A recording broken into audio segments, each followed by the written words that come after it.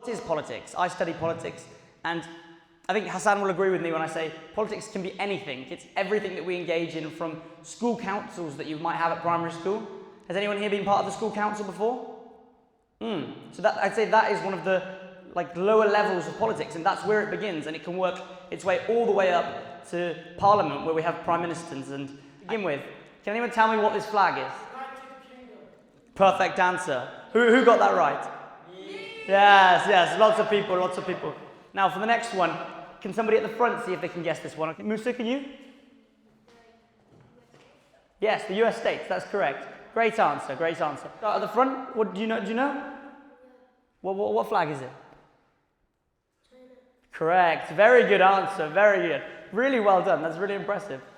In Britain, can anybody tell me what political system we have? One at the back, is it SAFT? A democracy, that's correct. Good answer. So we have a democracy, and we also have a constitutional monarchy, where we have a monarch, and at the moment we have a king, although their power is quite limited, but we still have a democracy that exists, and we vote, and many of your parents will have gone to vote, and when you're 18, it's very important that we all go along to vote, because that's what exists here. We have a democracy. So moving on now to North Korea again. First of all, can anyone tell me what sort of system exists here? Yeah, and do you know who is the dictator in North Korea? Kim Jong-un, yes. A name I feel like a lot of people have heard, yes. And so he's one man in power. He has all of the power, and he makes all of the decisions. And that's not as fair for the people there. We say that one again. For this one, so more communism. So what happens here is there may be elections that are in place, but perhaps they're not done super fairly, or they may be rigged elections. And what exists here is a political style with one party. So in North Korea, we had one man in charge. In China, we have one party in charge. And they are a communist regime, so they intend to split everything equally between everybody.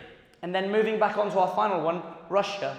Do we know what was it you said on the last one? Sorry? Yeah, so a dictatorship. Close. So it's elements of a dictatorship. Would you like to expand?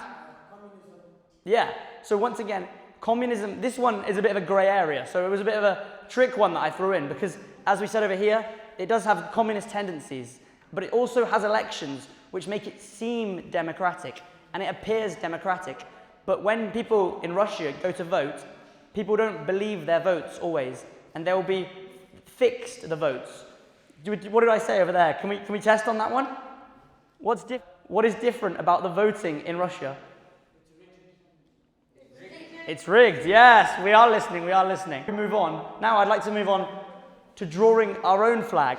If we could all get a pen and some paper, and then we draw our own flag, and then we're going to democratically vote on whose flag is going to represent us here in this room. And think about what made the last flag. It was a rectangular shape, and colours and different patterns were in place. What colour do you want to use? Blue? There, see, we've got a good start over there. That's how a flag looks. Good shape, structure to it.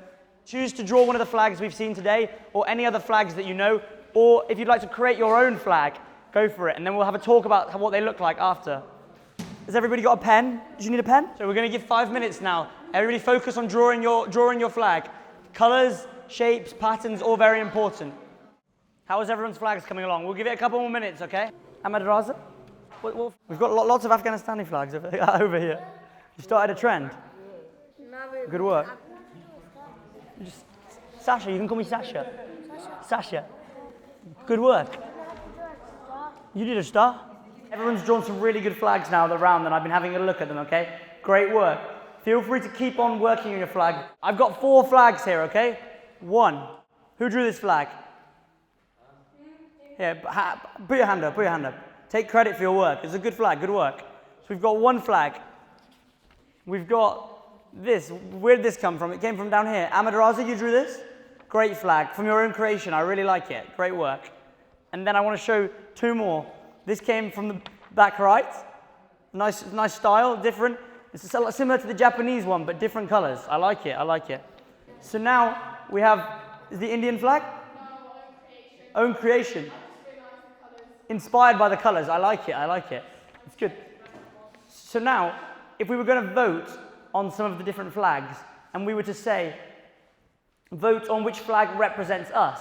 So could everybody put their hand up if they would like Ahmed Raza's flag to represent us? Out of the 4. I'm putting my hand up and Hassan's putting his hand up. I like this flag. I think it's a very good flag. And now, can we put hands up for the Afghani flag to represent? Lots of hands up. This is a very popular flag. I like it, I like it. So, now we have the sort of Indian flag.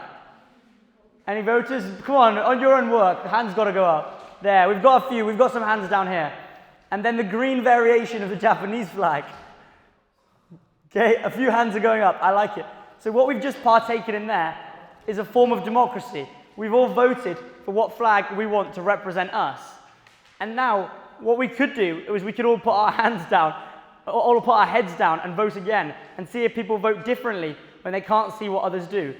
The difference with that would be that the ballot would be secret when we can't see what other people are doing. And it's interesting to see how it changes the way that we vote and voting preferences.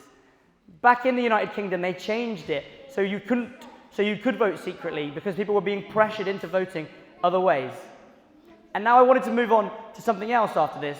I wanted to split us into two sides of the room. Can I draw a split between just there? Is it Safi? Yeah. Do you want to shuffle over to that way? And then we're going to keep doing some flag drawing at the front. At the back, the two that I've split, I'd like you to take on 2 different parties now. And I'd like you to pick a flag to represent you. And I'm going to give you 5 minutes to come up with a name for your party. And wait, listen. Listen for a minute, and then I'm going to set you off. So I'd like you to come up with a name for your party and 3 reasons why everybody should vote for you. And then you're going to stand up and talk it through, and we're going to vote for the different parties, okay? So in your group now, collaborate together and think about why people should vote for you and what you want your name to be in flag. I really like your flag. It's my favorite flag, okay? Great work. Good flag. Really good flag. Great work. I like it. A letter of everybody's name together for a party. The Republic of Safi. Yeah. The Republic of Safi. Yes, you are. Is Safi the leader of the party, or is it an equal party? His name is Arthur Becker. So we're trying to figure out, but still, there could be some people to say, well, actually, we don't like this policy. So one of the powers we were saying that the Prime Minister has is the power of the whip. The whip, not like a physical whip, but like a metaphorical whip, ensures that everyone in the party votes in favor of the Prime Minister, or he could kick them out of the party. And this happened, right, recently, where some individuals didn't vote for the 2-child benefit cap from the Labour Party. So the Prime Minister said that we're only going to give benefits to those individuals who have a maximum of 2 children. If you have a 3rd child, we're not going to give the benefits. But some people in the Labour Party said, oh, I don't think that's fair. So they voted against it, so Keir Starmer kicked them out the party. And we call this suspending the whip. Suspension of the whip. So you're no longer part of the Labour Party, but you sit as an independent. So that's a power the Prime Minister has. But in the United States, we were saying the President can't do that because he's not part of the legislature. The policies of this party. So we were just talking over there about a manifesto. Do we know what a manifesto is over here? Yeah. What is it? Do you want to share with the group? It's like a saying that is known from that point. Yeah, so sort of. It's like it links to their slogan as well. So they might have a slogan and then they'll have their manifesto, which is the promises that they've made and the policies that they're going to have. So the manifesto is the key policies. So what would our key policies be? I think over there we had one that was free transport for under 12-year-olds, or other examples that are quite topical at the moment. No, inspiring. This is what happens in politics. People steal other people's ideas. Exactly, yeah. That's quite common in politics. So what policy do you want to come up with? So if it's surrounded by let's aim for 3. We need 3 policies. Maybe they'll be concentrated on the interests of young people. Because it's Dima's Spy and he's a young person. So what policies do you want to institute? What do you think would be good for young people? What are the issues you look outside in your area? What are the problems that you see? What do you want to fix? What do you want to resolve? What do you want to make better? What do you think? More access to sports pitches. It can be anything. Everybody should have to wear football tops to school. It can be whatever you think is a good policy. I think that's very silly. Yeah, some policies are silly, so... That's why we go against them. But that's why we have a sometimes. democracy, because then you don't vote for them. Good work over here. We're So cracking many on people well. here enthralled with it. So what do you think? I think I would vote for this. So we have to agree with the policies. Why do you have to agree as a party with the policies? Because in a party, the people who go knock your door, ask you to vote, are going to be asking you to vote for these policies. So everyone needs to agree. And that's our party conference. Everyone has to get low taper fade. That's an interesting policy. This sounds like a policy in North Korea. Everyone has to get low taper fade. Or like Kim Jong-un. Interesting. Anything else? So we need 2 more policies. Think about practicalities. What are some of the problems in the areas that you live in? High school. GCSEs next Knives. year? That's a good one. Knife crime, lots of people. Gangs. This is interesting now. This is a proper policy that, you know, is very serious. So what could we say about that? How can we fix that? Knife crime within communities by giving events like this to our own troops. Interesting, very interesting. Good. That's really good. I like that. So Shiloh said that we want to empower more young people by hosting more youth events, so more youth outreach work, we can say. And that is a government policy because the Labour Party has invested more money in things like youth centres and youth clubs recently. Different one. So that is a real policy that we're currently seeing in the government. So this is an interesting one. This is a personal one. I don't know if many people will vote for that. Maybe. Street cruising, racing, good. So all these are policies. See, like we went from this policy, which is not a real policy, to real policies now. And these are policies that you'll actually read about. And as you grow older, and even now the government's discussing that they're going to reduce the voting age to 16. So how old are you guys? See, when the government changed the policy, you're going to vote. So you need to know about all these issues. So when you read the leaflet, and it says we want to do this, X, Y, Z, you know exactly what that is, so you can make an informed choice. But the problem is, that's why a lot of people are saying we shouldn't give 16-year-olds a vote because you don't know. So your parents could say, oh, you need to vote this. Are we ready to share some of our policies in a minute? Yes. Thank you. So thank you, Hassan, for helping out our different parties at the back. So now everybody at the front, while you've been drawing, we've got 2 different parties who have given themselves names and have some reasons why you should vote for them. And we're going to partake in our own little democracy and see the skills of politicians and presenting and talking about promises and how you're going to back them up as well. So if we start over on this side, can 2 people stand up from this group? 2 representatives. You 2 are the politicians. Okay. So what's going to happen is, when we have an election, as Sasha was mentioning, the different parties put out their ideas. So these 2 need to convince us that their ideas are good. So we will decide whether we want to vote for them or not. This is democracy. Let's hear. So you need to be convincing, you need to persuade us. Let's see your persuasion skills. And these are skills that you need when you go on to get a job. Because when you go into an interview in a job, you need to persuade the boss that you're good for the job. So practicing now. Let's start. First of all, I'd like to start with our name, People Republic of Safis. People Republic of? Safis. Safis. Okay, interesting. Interesting. Okay. So what I'm going to do is going to increase the security, increase more free education, free healthcare, and increase jobs and attract businesses. Interesting. Okay, so increase security, increase jobs and attract businesses. What else? Is first off, if we attract tourism by increasing the security, so we have more police on the roads, we get rid of pollution, which is a big issue in our society. Yeah. We lower the cost of living, attract peace, and then we give benefits for the people who can't work and the vulnerable. I think these are some great policies. I think they're very good. I know you spoke to me as well about increasing tourism and getting money into the country and then boosting our economy through that, which I think was a really good point. So there are some great policies over here from the People's Republic of Safi. And do they convince you guys? Would you vote for these policies? Yeah. Do you think they're good policies? Yes. No, we've got some no's over here. We've got some no's. So, what would we compete? How would we compete with them? Just what's important now is how convinced we were. And I'd like to say really well spoken by both sides. Shiloh in particular spoke really eloquently and about topical current issues that people see in front of them, and that tangible focus that they have on it is something that's really important when it comes to voting. So to start off with, who would like to vote for Dima's Republic of... So, hands up. Who would like to vote for our party over here? Did they convince you with some of their issues? Do you want to see Dima's Democratic Republic, hands up. Do you want to see bins picked up? You're allowed to vote for yourselves, guys. Yeah, come on, back your party. Don't be apathetic. Vote for something. Who do we think at the front? It's important that we vote. It's important that we make a vote. We have to make sure they know what do you make think? sure you've thought about which side here.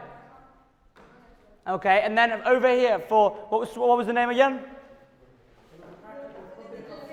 Of Safis. Do we have lots of votes over here?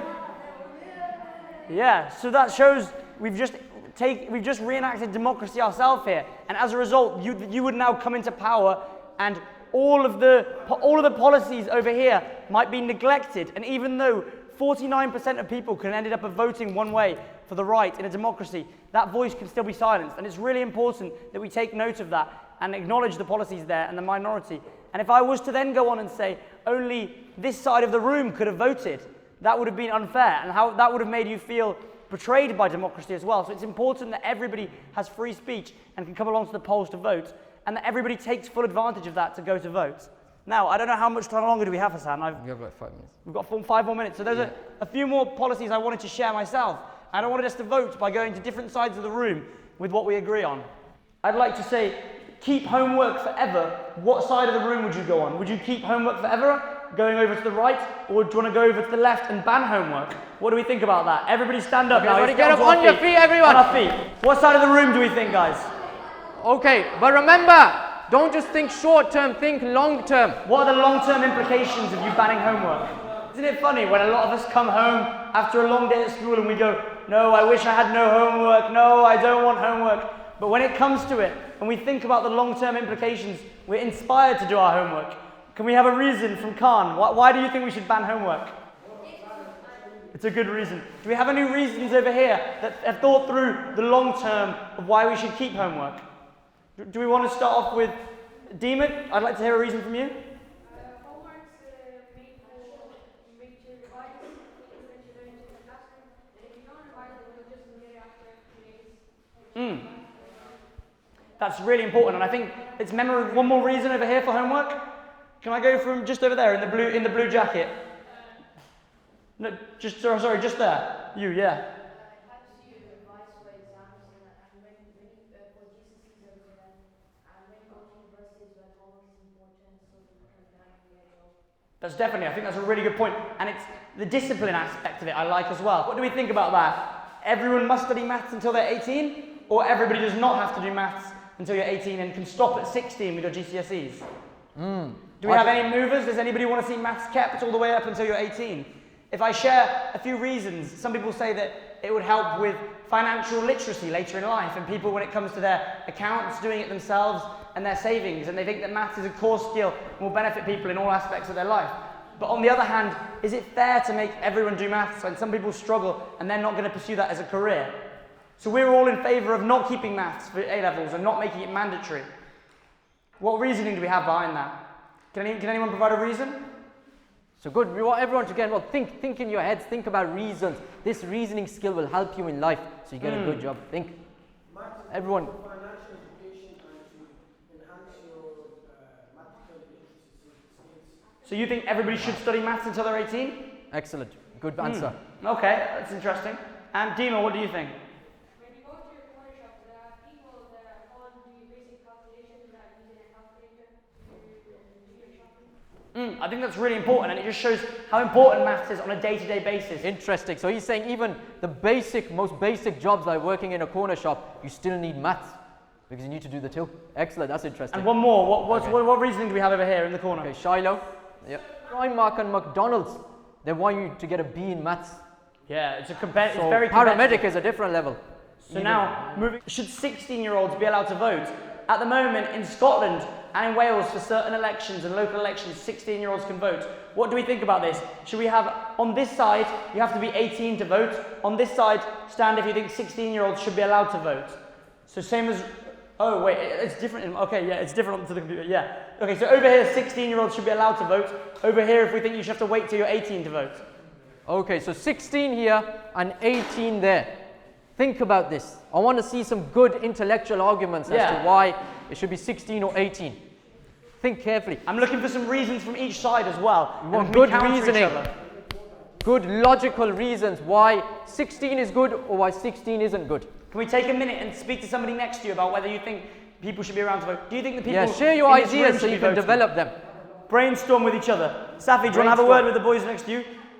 Ahmad Raza, talk to each other. So let's go for it then. Do we have a reason on this side? And then I'm going to come ask for one here, so let's get thinking. Okay, what do we think? Most of our population is young, and if we allow 16-year-olds to vote, we have a good idea and fair democracy. I think that's a really good point, and it's backed up by sometimes a lot of more elderly people vote for vote on issues that aren't going to concern them in the future, and things like climate change. There are the prime examples of people who are older, perhaps not caring as much about the planet if they're not going to be here in the future, whereas it's your planet in the future, and it's you who should have a say over those decisions. So at 16, if you educate yourself, perhaps you should be able to vote. Can we have another reason from over here? No, I think those are some really strong points, and it's the issues that matter to you, isn't it? And you as a voter should be allowed to have a say. Do we have any reasons over here on why you should wait till you're 18 to vote? Do you want to start off at the front, and then we'll go to you afterwards? Some 16-year-olds, they aren't mature enough to vote, and they just vote for a part of this life, but they wouldn't see all the options properly like someone who's 18. They'd be experienced enough to see all the options.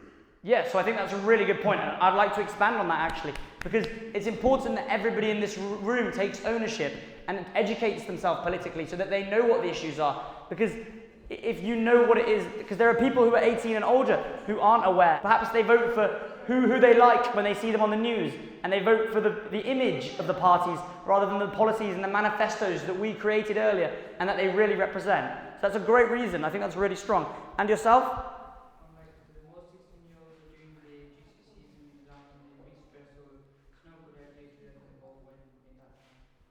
Yeah, so I think that's really important. So we've had some really strong ideas from both sides. So I'd like to say really well done to everybody who spoke today and made their opinion heard. And that's the start of democracy, is sharing your voice and speaking to other people about politics. This is where it all begins, okay? So great work today, everybody. Let's give ourselves a round of applause. Well done, everyone. Well done, everyone. Thank you very much. Okay, thank you. So just to finish up, so when we think about knowledge and understanding and learning, it's not just about books, textbooks and learning. Look at where Sasha studies, University of Oxford. Who studied there? Tim Berners-Lee. Tim Berners-Lee created the internet. He went to Oxford. Robert Boyle, he created clean water, the fizzy drinks you're going to drink now, thanks to Robert Boyle. Stephen Hawking, who studied the cosmos, and his penmanship on that helps us to understand the entire universe all around us. Howard Florey, who discovered penicillin. Who's here taken antibiotics when they're ill? Medicine. That's because of Howard Florey. So he saved tens of millions of lives, particularly after the war. So knowledge doesn't stop here in the books and the lessons and the textbooks. Knowledge is transformational. It changes the whole world. So if you study, and I was very happy to see all of you stand on this side when you spoke about homework and how important it is. Because when you study homework, okay, yeah, it's boring. Yes, studying is not fun. It's not going to disco. It's not going to a party. It's hard work. It's discipline. But then when you grow up and you succeed and you do well, those will be the best days of your life. And then you'll go back and you'll thank your teachers. One of the biggest things that I regret when we were at school is we used to disrespect the teachers. We used to talk over them. We used to not do our work. And every single person I talk to, when they're adult, they say, I wish I didn't do that. I wish I didn't disrespect my teachers, or I wish I listened to them when I was studying. So make sure whenever you go to school, whenever you're studying, you respect your teachers, you respect your parents, and study hard and go on to succeed. Because Sasha also, you went to state sixth form, right? So this is an example of a success story. He's not privately educated. He's like you guys, went to state school, government funded school. So if you go to government funded school, you can still do well. He got straight A's and he's gone on to Oxford and he's transformed his life working at HSBC, interning at the bank, and he's going to go on to do great things. So we want to give a massive round of applause to Sasha, who's come here, who's given his time voluntarily to help you guys aspire and do well. So very big round of applause. I want to hear the windows ringing very loud. Thank you very much. Thank you. Very grateful for Sasha coming here, and we wish him all the success. And I had the privilege of working with him on the internship at HSBC. So go now and get yourself something to drink and eat. Thank you very much. Thank you. Lovely to meet you all. Thank you.